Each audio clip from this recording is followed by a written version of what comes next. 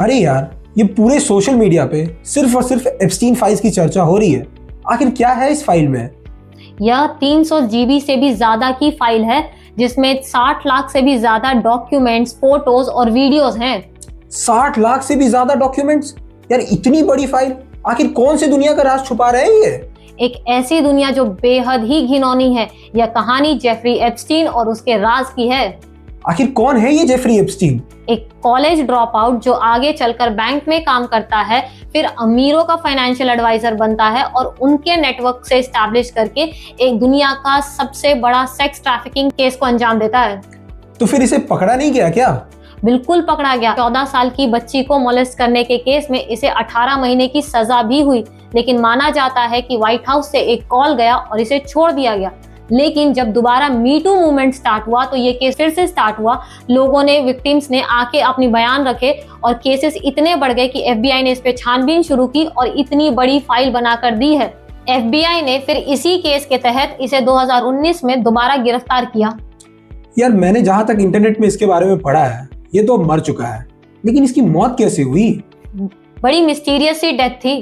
Police की माने तो इसने अपने सेल में सुसाइड किया था, लेकिन जिस रात इसने सुसाइड किया था उस रात वहां के CCTV कैमरास बंद थे टेक्निकल रीजंस की वजह से, और पुलिस भी सो गई थी। सो इसे सुबह डेथ पाया गया।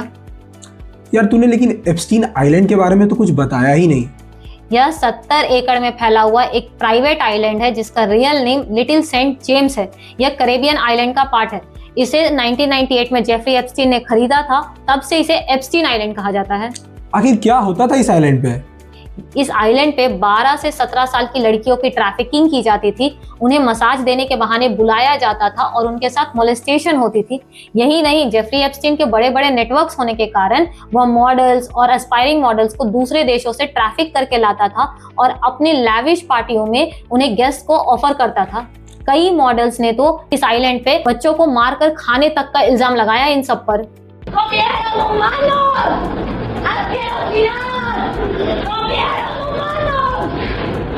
वैसे कौन कौन से बड़े नाम शामिल हैं इस एप्स्टीन फाइल्स में?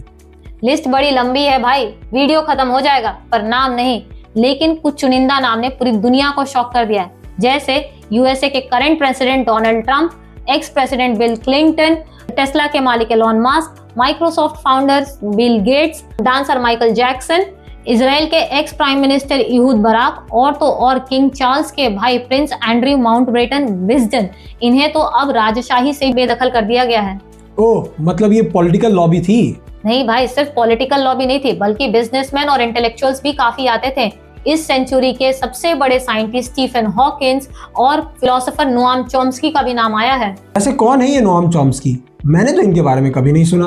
भाई ये इस सेंचुरी के सबसे बड़े फिलोसोफर और पॉलिटिकल एक्टिविस्ट हैं। इनकी सबसे फेमस थ्योरी बच्चों के कॉग्निटिव डेवलपमेंट के ऊपर है। हायर एजुकेशन में इसे पढ़ाया जाता है ताकि बच्चों की मानसिक विकास को समझा जा सके। और तू आयरनी देख, ये जो बच्चों पे काम किए हैं, ये multiple time Epstein island visit कर चुके हैं। इसके प्रूफ हैं। अरे यार, ये फाइल्स तो कितने हमारे आइडल्स को एक्सपोज कर रही है। क्या कोई इंडिया से भी है क्या? बिल्कुल। कैबिनेट मिनिस्टर हरदीप सिंह पुरी, अनिल अंबानी और तो और भारतीय प्रधानमंत्री नरेंद्र मोदी। क्या बात कर रही है तू? मोदी जी क्या कर रहे थे एप्स्टीन आइलैंड में? भाई मैंने ये कब कहा कि मोदी जी एप्स्टीन आइलैंड गए थे? मैं तो ये कह रही हूँ कि एप्स्टीन फाइल्स के कुछ डॉक्यूमेंट्स में नरेंद्र मोदी का नाम मेंशन किया गया है। अरे फाइल्स में भी अगर नाम है तो क्यों ही नाम है फाइल्स में? देख भाई, ये जो जेफरी एप्स्टीन है ना, ये सिर्फ सेक्स ट्रैफिकिंग में इन्वॉल्व नहीं था, बल्कि बड़े बड़े लोगों के नेटवर्क्स होने के कारण ये ऐसी मीटिंग्स भी बड़े लोगों के बीच कंडक्ट करवाता था। उन्हीं में से कई एक मीटिंग में नरेंद्र मोदी का नाम मेंशन किया गया है। अच्छा हुआ यार, मैं तो कुछ और ही समझा था। वैसे कौन सी मीटिंग्स की बात हो रही है यहाँ पे? यह 2017 की इंडिया इजराइल की एक मीटिंग की बात की गई है, जहाँ बेंजामिन नेतन्याहू और नरेंद्र मोदी के बीच हुई थी। इसमें एप्स्टीन ने एक ईमेल में यह मेंशन किया है कि इंडियन प्रधानमंत्री ने उसकी एडवाइस लेते हुए US के इशारों पर नाचा है।